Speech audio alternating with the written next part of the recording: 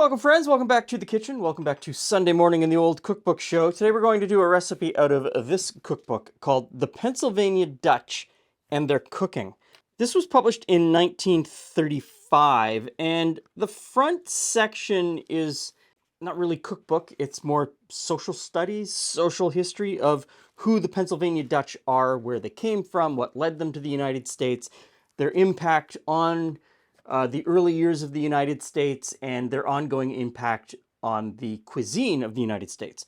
The author of this, J. George Frederick, posits at one point that that this Germanic cooking had a bigger impact on the United States than the cooking of England and Scotland did.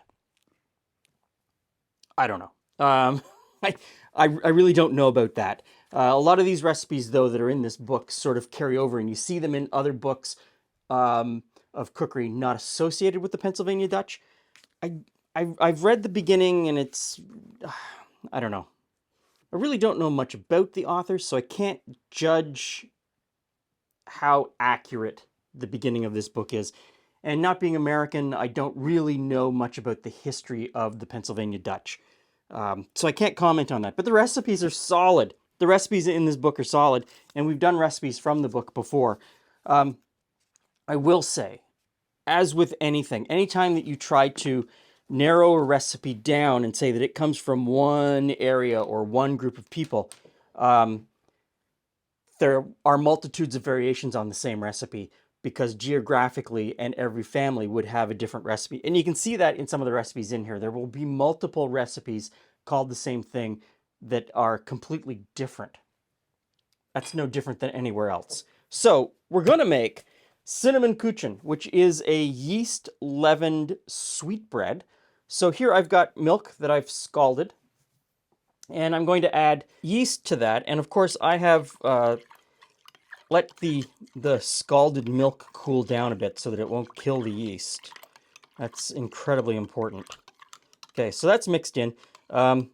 Today's instant yeast does not mix terribly well into milk. As you can see, it's still clumping, but we'll get there.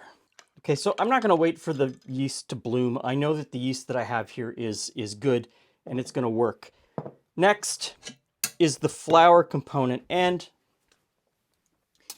the recipe just says flour. It doesn't say what kind. Pretty much what it comes down to is that anything that you would see in a book from 1935, today's flour will be anywhere between substantially and incredibly different from what was available in 1935. So I'm just going to use all-purpose today because that's what most people have in their kitchens, I would imagine. And Canadian all-purpose flour is stronger or has a higher protein content than American all-purpose flour, so kind of bear that in mind. I'm going to use about 3/4 of the flour in the mixing bowl, and I'm going to hold some back as per the recipe. The recipe does give an amount of flour. I've cut the recipe in half because I don't need a full measure of this. It also says later to add the remainder of the flour enough to stiffen. And what they mean by that is you may or may not use all of the flour that's called for in the recipe. When you see that to stiffen, it just means you have to kind of make a judgment call on how far or how much flour to mix in. And sometimes you're going to get in far enough and you're going to say, that's not enough flour. Don't be afraid to add more. You need to be able to think on your feet and make those changes in the kitchen. That's a very important part of cooking and even baking, which is a science. Okay, so bowl onto the mixer, dough hook in, and we'll get this mixing.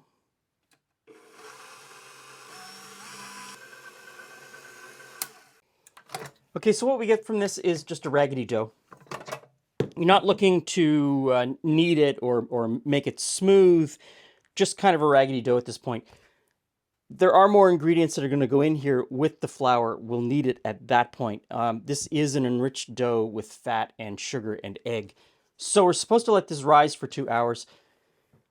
It's 35 degrees Celsius here today in a studio that isn't air conditioned, that has lights and ovens and all kinds of equipment going. It is hot. I imagine I'm going to come back to this in probably an hour and keep working it, because it's not going to take 2 hours to rise. I think that's looking pretty good. So we're going to move on and get the sugar butter egg mixture going. I can just do it in this little bowl. I'm supposed to cream together the butter, sugar, and egg, and salt. So there's the butter. Add in the sugar. And just using a spoon.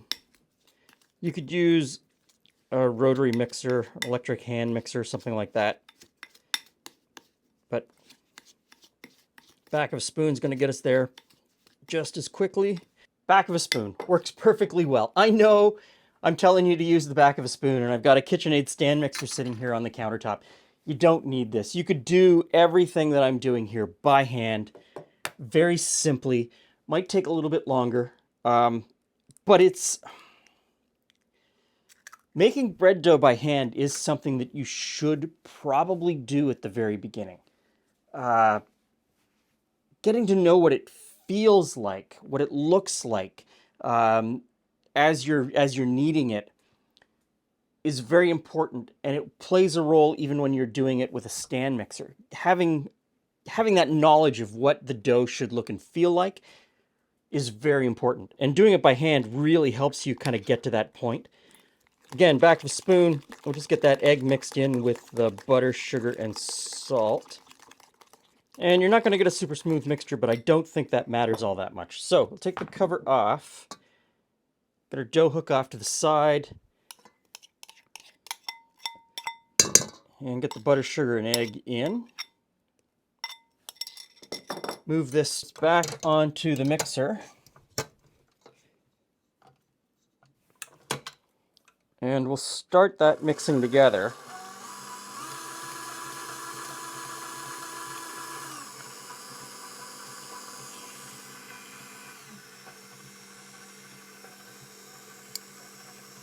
We'll also throw in some of this flour that we reserved from earlier. I'm only going to put in about half of what's left.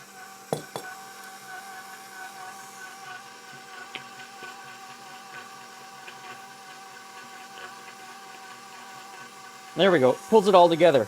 Looks pretty good. So, still pretty wet dough. Put in a little more flour. And it's still pretty sticky, so I'm going to go all in on the flour that the recipe called for. Now, remember, I cut the recipe in half, but it's almost impossible to cut an egg in half. There are ways, and I used the whole egg. So I am expecting the dough to be slightly stickier than it would have been if I had followed the recipe to a T. So I know that I'm going to have to compensate with a little extra flour. And we'll throw that in, and that should get us exactly where we're supposed to be. And there we go. I think that looks pretty good. It will be a little bit sticky, but it's not too bad. So as is so often the case with these older recipes and these older cookbooks, there's no mention in here about kneading this dough. I would assume, flour, yeast, it's essentially called the bread, that you would be kneading it. But I also know that in these older recipe books, pre-chemical leavening, baking soda, baking powder, kind of mid-1850s sort of region, most cakes either used eggs as a leavening, whipped egg whites, or they used yeast as a leavening, and those yeasted cakes didn't have any kneading. None of the cakes in this section that have yeast mention anything about kneading. I then thought, okay, well, let's see how the recipes are written in the bread section of this book. There is no bread section in this book. Apparently the Pennsylvania Dutch did not eat bread, or the author didn't think that it was important to put any of their bread recipes in here. So I can't sort of glean from that whether in those recipes they talked about kneading at all. I'm going to assume I'm done. This now sits for an hour to rise. I'll do exactly the same thing. Leave it here on the countertop, just with this cover over it. The recipe says an hour, but it's pretty hot today, so I'm going to leave it for half an hour and come back and check it. Okay, so this is probably the only technical part to this recipe. Now we take our dough, which has risen up pretty nicely. I'm going to put it out on the bench. I'm not going to put any flour on the bench. Lots of reasons for that. Having the dough stick to the bench a little bit makes it easier to shape. So I'm going to cut this in half. Recipe says to cut it in 4, but that I did cut the recipe in half, so I've got half as much. I've got 2 bits. You can see how much it's stuck there. Just a little bit. Not a big deal. Okay. Now, I'm going to shape it first into a ball.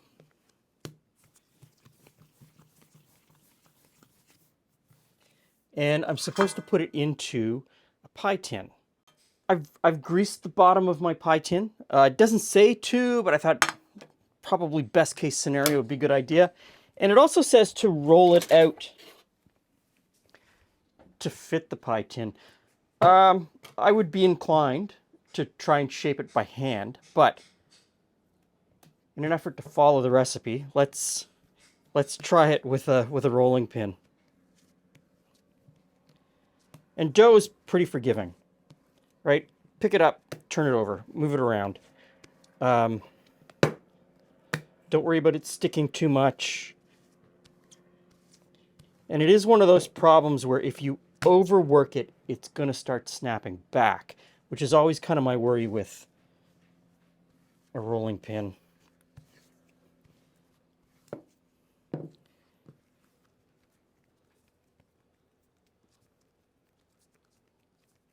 Okay, pie tin, dough into the pie tin. Don't overthink it. Don't overthink it. Just roll with it, let it go, and everything's going to be fine. This is actually kind of a nice dough. So I'll get this one done. Same sort of thing. I'll do the rolling pin for the first little bit, kind of get it halfway there, and then I'll just pull it by hand. Now I'm supposed to let this rise for another hour. So I'll just put a tea towel over top. And again, half an hour. I'm using half the time that the book says just because it's so warm today. That's probably enough. Let's see. There you go. Okay, here we go. Nice and risen. At this point, you're supposed to dimple it with your fingers. There we go.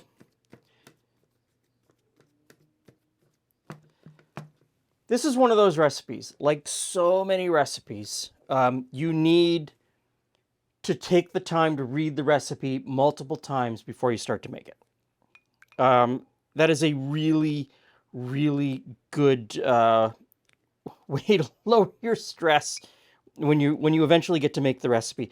And I say that because this recipe had 4 ingredients in the body of the recipe, in the method of the recipe, that aren't in the ingredient list. One of them was the milk that we used at the very beginning, not in the ingredient list. And the other 3 are the 3 that I'm using now: melted butter, brown sugar, and cinnamon. None of those were in the ingredient list either. And then when it does mention these last 3 ingredients, it doesn't tell you how much to use. It's totally up to your discretion to figure out how much melted butter is the right amount of melted butter to brush on top. I don't know.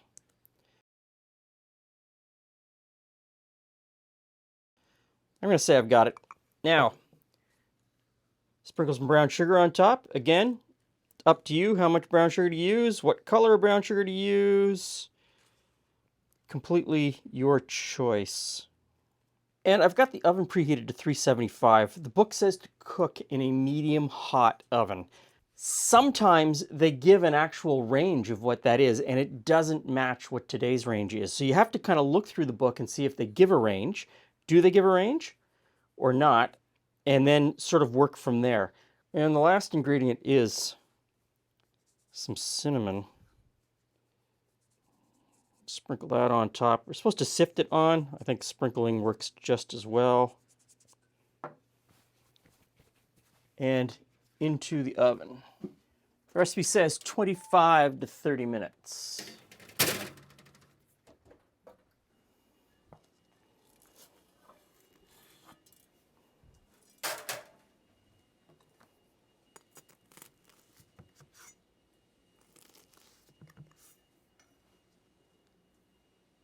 Ooh, that looks pretty good. Hey, Glenn. Hey, Jules. Hey, friends. Hurrah! I'm guessing this has the cinnamon smell. This has the cinnamon smell. This is cinnamon It's still kuchen. nice and warm. Still warm from the oven. Mm-hmm.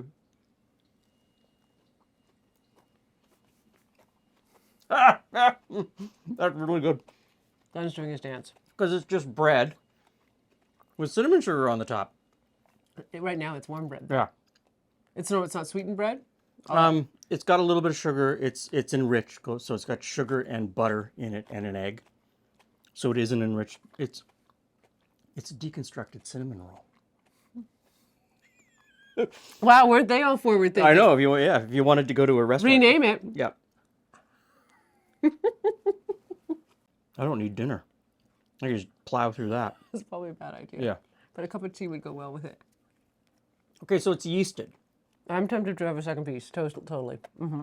You witnessed, I didn't really give too much effort in thinking about, like, I thought about it, but I didn't actually do it. I didn't need it, really. The mixer sort of brought it together. I looked at it and said, I don't know what I'm supposed to do next. So I stopped, and I still came up with something that has an amazing It's quite texture. soft. Yeah, it's tender. It's got a good texture. This is a winner. Yes. So we're going to say goodbye now so I can have some more. Thanks for stopping by. See you again soon.